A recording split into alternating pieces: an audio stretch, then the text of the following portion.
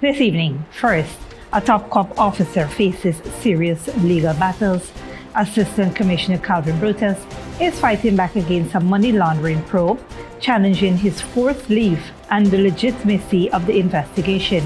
With over 240 charges prepared, we have details on the court's latest ruling. Plus, former University of Guyana students struggling with debt have something to celebrate. Find out how the government's new debt write-off plan is providing relief to thousands. Also, controversy surrounds the appointment of Police Commissioner Clifton Hicken as he surpasses retirement age. Vice President Jago assures the public that the appointment will stand up to legal scrutiny. And in Letem, 5 families are starting fresh in brand new homes. We'll take you inside the Letem Housing Support Program and show how it's changing lives and boosting the local economy. Finally, and in international news, U.S. President Joe Biden calls the death of a key Hamas leader a good day for Israel and the world. What this means for the ongoing conflict in Gaza. Stay tuned for these stories and more on Headline News Update.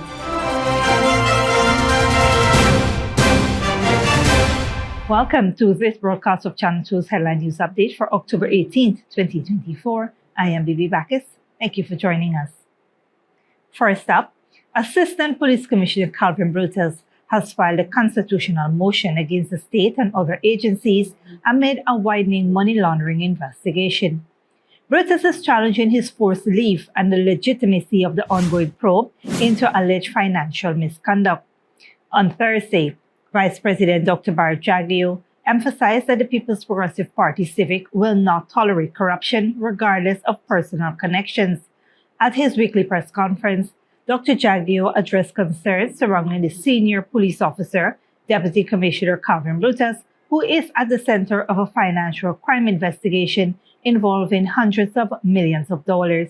The PPP will not tolerate corruption in the police force or anywhere else. And when we find corruption in the police force or anywhere else, there will be no attempt to cover it up. So if you believe that you have a special relationship with the government and that we will, pursuant to that relationship, cover up your misdeeds, you have it wrong. Brutus has been the subject of an investigation by the Special Organized Crime Unit, which concluded on October 1st, 2024. SUCU has recommended multiple charges against Brutus, with the case now awaiting legal advice from the Director of Public Prosecution. Following the investigation, Brutus filed a High Court application challenging the probe and claiming victimization, particularly over his restricted access to bank accounts. He is seeking several legal declarations from the court to reverse decisions made against him. In response, Dr. Jago reiterated that the PPPC government has ensured the investigation has been fair and transparent. He added that the government's court affidavit would reveal detailed findings, particularly concerning irregularities in procurement during Brutus's tenure overseeing the police force's administration. Today, the High Court denied Brutus's application to leave Guyana to accompany his pregnant wife for medical attention abroad. The court ruled against the request due to the significant financial investigation underway by SUCU. SUCU has prepared 240 charges against Brutus under the Anti-Money Laundering Act and other legal provisions. Brutus has been ordered to pay $250,000 in court costs.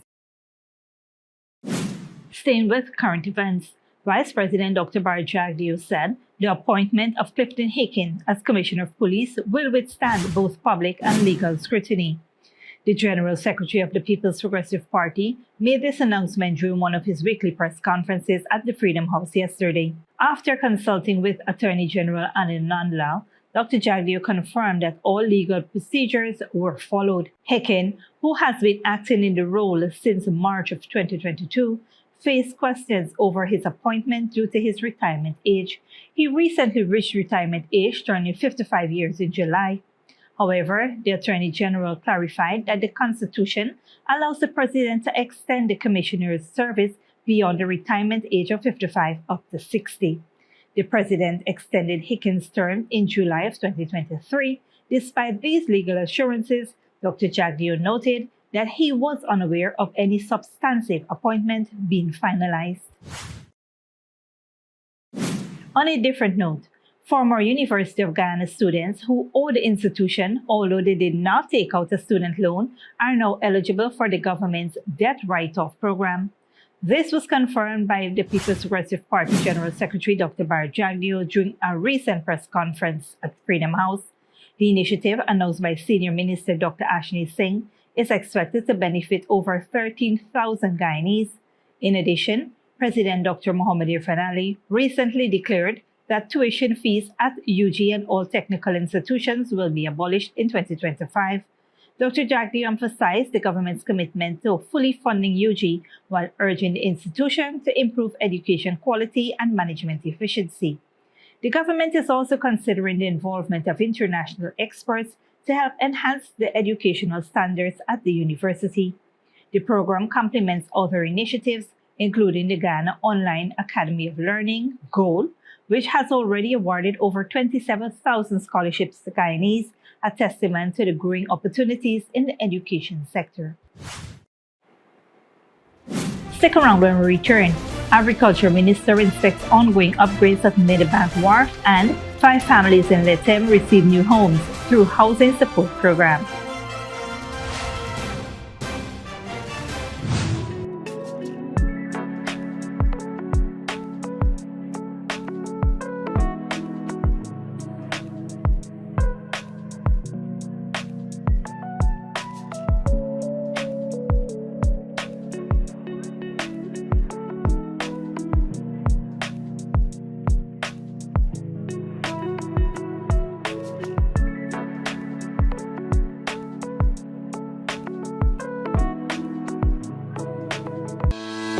GCOM is currently conducting a national registration exercise. Who can register?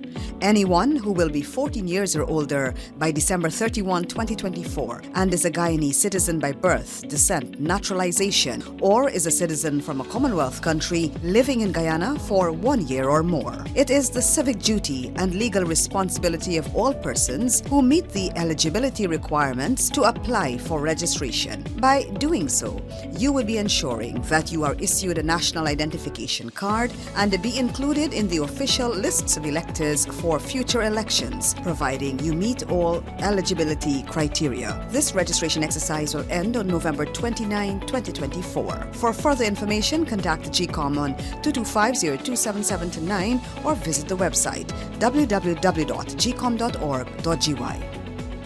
Good girl forget things. What's the problem, Granny? I want money for borrow for do a surgery. I was dancing and I fall and fracture my hip. If you need some quick money, you should check Lender's Jewelry and Pawn Shop. Lender's Jewelry and Pawn Shop, Lot 238 South Road, Border, Georgetown. Get jewelry made to order in just 72 hours. We also accept vehicles. Lender's, best rates, longest payback period. Boys, I get through. Plus, I could dance again. Lender's Jewelry and Pawn Shop.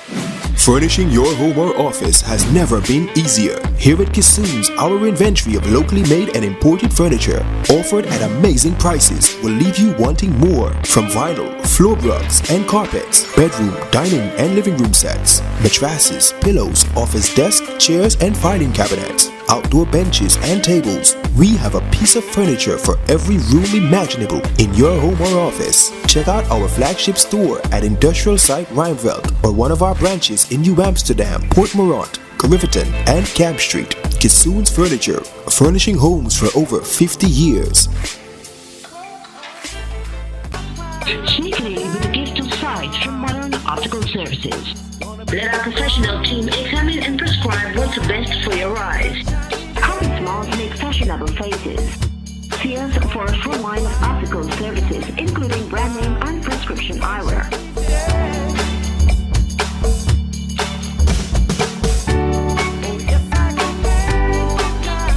Modern Optical Services, 316 Mill Street, Georgetown. Telephone 226-1082. Welcome back. Earlier today, Agriculture Minister Zulfikar Mustafa visited the Meadowbank Wharf in Georgetown to assess progress on a series of upgrades promised by President Ali. The improvements include installing lights, washroom facilities, and a police outpost, which have already been completed. Ongoing works include resurfacing the tarmac, installing a water system, and constructing concrete drains, a wharf, and vending sheds. Minister Mustafa stated that approximately $190 million is being spent on the project, which is expected to enhance the safety and operations of the wharf, a key area for seafood trading. The works are slated for completion within the next few months. On a different note, 5 families in Letem Region 9 celebrated improved living conditions as they received keys to their new homes in Covered City thanks to the Letem Housing Support Program. The keys were handed over by the minister within the Ministry of Housing and Water, Susan Rodriguez, on Thursday.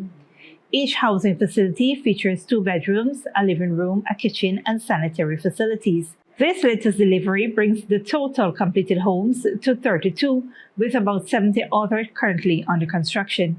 Conceived by President Dr. Mohamed Irfan Ali, the initiative aims to provide affordable housing options to 600 residents of Letem.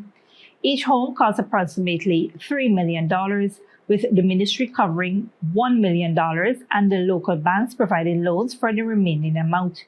Minister Rodriguez emphasized the program's success, noting that it has already provided employment opportunities and stimulated the local economy. The new homeowners expressed their gratitude, highlighting the stability the home will provide for them. Don't go away after the break. European nations failed to reach a consensus in the Ukraine and Gaza war discussion. And Indonesia dengue fever, bacteria-infected mosquitoes to help curb spread. The Guyana Elections Commission GCOM is currently conducting a national registration exercise. Who can register? Anyone who will be 14 years or older by December 31st, 2024 and is a Guyanese citizen by birth, descent, naturalization, or is a citizen from a Commonwealth country living in Guyana for 1 year or more. How to apply for registration? You must visit the GCOM registration office that is responsible for the registration of persons from your area of residence to apply for registration or name change or correction.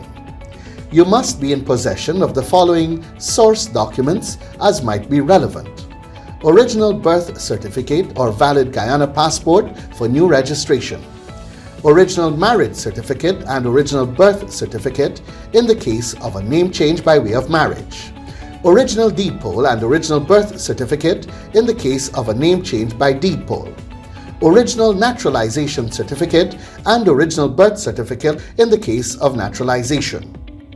This registration exercise will end on November 29th, 2024. For further information, please contact GCOM on the following hotline numbers: 225-027729, 226-6557, 223-9650, or visit the GCOM website at www.gcom.org.gy. Good girl forget things. What's the problem, Granny? I want money for borrow for doing surgery. I was dancing and I fall and fracture my hip. If you need some quick money, you should check Lender's Jewelry and Pawn Shop. Lender's Jewelry and Pawn Shop, Lot 238 South Road Border, Georgetown. Get jewelry made to order in just 72 hours. We also accept vehicles. Lenders, best rates, longest payback period. Boys, I get through. Plus, I could dance again. Lender's Jewelry and Pawn Shop. Sneakily with a gift of sight from Modern Optical Services. Let our professional team examine and prescribe what's best for your eyes. Common smiles make fashionable faces. See us for a full line of optical services, including brand name and prescription eyewear.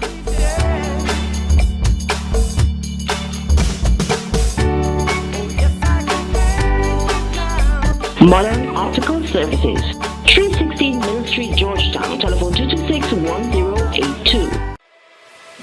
Furnishing your home or office has never been easier. Here at Kissoon's, our inventory of locally made and imported furniture, offered at amazing prices, will leave you wanting more. From vinyl, floor rugs and carpets, bedroom, dining and living room sets, mattresses, pillows, office desk, chairs and filing cabinets, outdoor benches and tables. We have a piece of furniture for every room imaginable in your home or office. Check out our flagship store at Industrial Site Rijnveld or one of our branches in New Amsterdam, Port Morant, Riverton and Camp Street. Kissoon's Furniture, furnishing homes for over 50 years.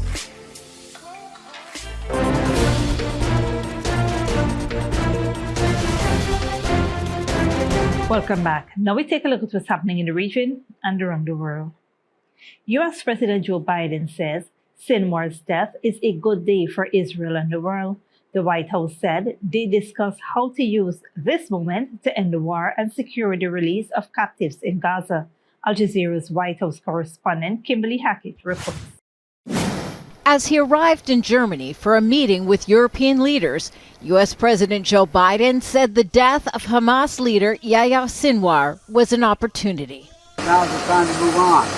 To move toward a ceasefire in Gaza, ensure that we move in the direction that we're going to be in a position to make things better for the whole world. It's time for this war to end and bring these hostages home. It was shortly after last year's Hamas attack on Israel that Biden says he directed U.S. intelligence to work with the Israelis to hunt down Sinwar. Last January, officials thought they'd tracked Sinwar down in a Gaza tunnel, only to discover he'd escaped until his death on Thursday was confirmed. This is clearly a significant development and a major counterterrorism achievement. Speaking after a campaign event in the U.S. state of Wisconsin, Vice President Kamala Harris echoed that view. This moment gives us an opportunity to finally end the war in Gaza. And it must end such that Israel is secure, the hostages are released, the suffering in Gaza ends, and the Palestinian people can realize their right to dignity, security, freedom, and self-determination. For months, the United States has been working with Egypt and Qatar to negotiate a ceasefire in Israel's war on Gaza and Lebanon. In a statement Thursday, U.S. Secretary of State Antony Blinken blamed Sinwar for rebuffing those talks. The Biden administration says much work remains to secure a ceasefire. That's why the U.S. president is sending his Secretary of State to Israel within the next week to discuss that possibility. Kimberly Helkett, Al Jazeera, the White House. EU leaders have met in Brussels, calling for an immediate end to the conflict in Gaza and Lebanon. The leaders also discussed a plan presented by Ukraine's president, which he says will bring an end to the war in Russia. Al Jazeera's Hashim Ahbara reports. The leaders determined to use their leverage to influence events far away. Meeting in Brussels, they agreed that prolonged conflicts in Gaza and Lebanon would destabilize the entire region, and an immediate ceasefire is the only chance for peace. We condemn the attacks against the UNIFIL in Lebanon. We asked respect for the UN resolutions, and it was again the occasion today to reaffirm our full support for the two-state solution. But a year into Israel's war on Gaza, European leaders can't agree on what should happen next. Spain's Prime Minister Pedro Sanchez wants EU countries to impose an arms embargo in Israel. Germany rejects the idea. For me, however, it is clear that supporting Israel also means that we are constantly ensuring Israel's defense capability, for example, by supplying military goods or weapons. Another conflict, this time in Europe, shows no signs of letting up. Ukraine's incursion into Russia's Kursk region is now in its third month. Russian troops are on the offensive, retaking territory. And Ukrainian President Volodymyr Zelensky is hoping to sell what he says is a pathway to victory to European leaders. Zelensky wants Western allies to deliver advanced air defense systems, lift restrictions on long-range weapons they've already provided, and above all, admit Ukraine to the NATO military alliance. For decades, Russia has used the geopolitical uncertainty caused by Ukraine not being in NATO. Now, the fact of an immediate invitation to Ukraine to join NATO would be decisive. Of course, membership would follow later. Zelensky's allies fear a backlash from Russia if Kiev were to join NATO. But even within the bloc, there are those who support an entirely different strategy.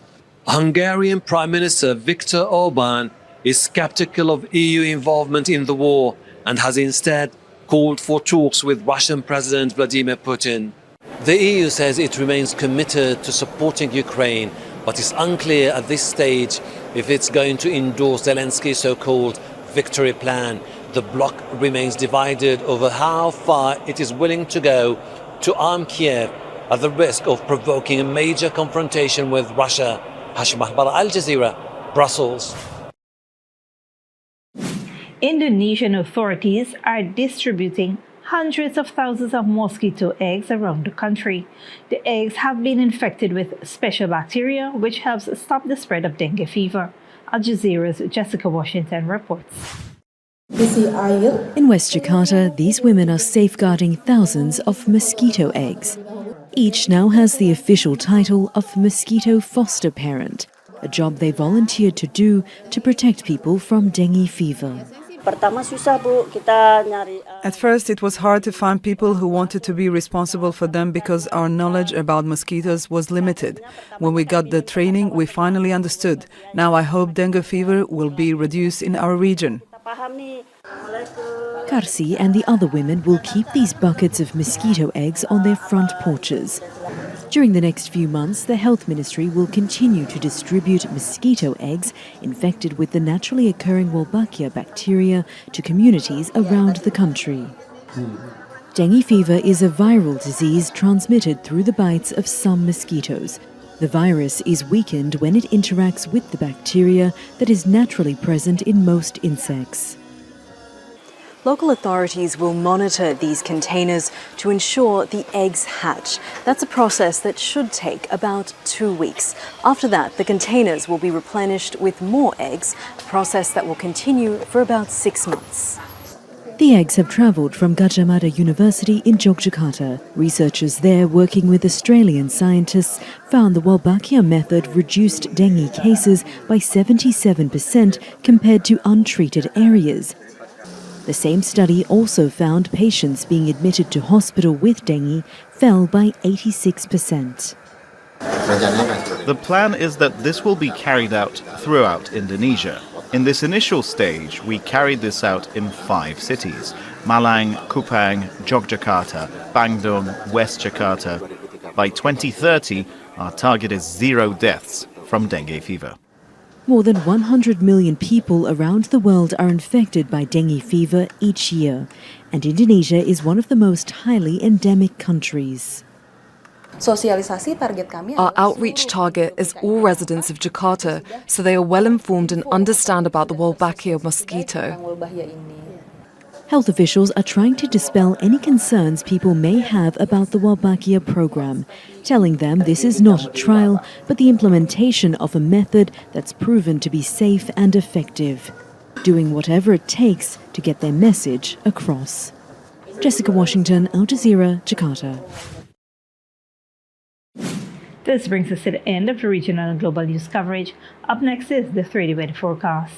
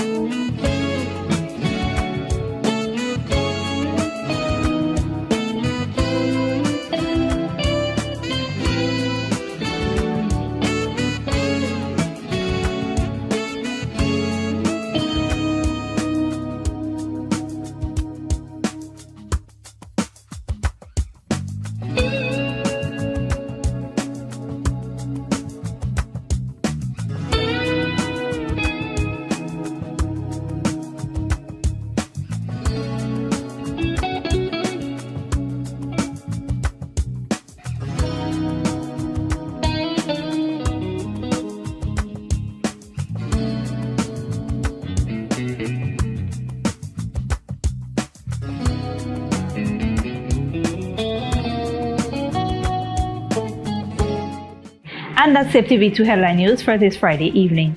As we take our leave, we invite you to follow us on Facebook and YouTube. We will be off for the weekend, but you can tune in on Monday at 7 p.m. for more news. Until then, please take care of yourself and each other, and do have a wonderful weekend.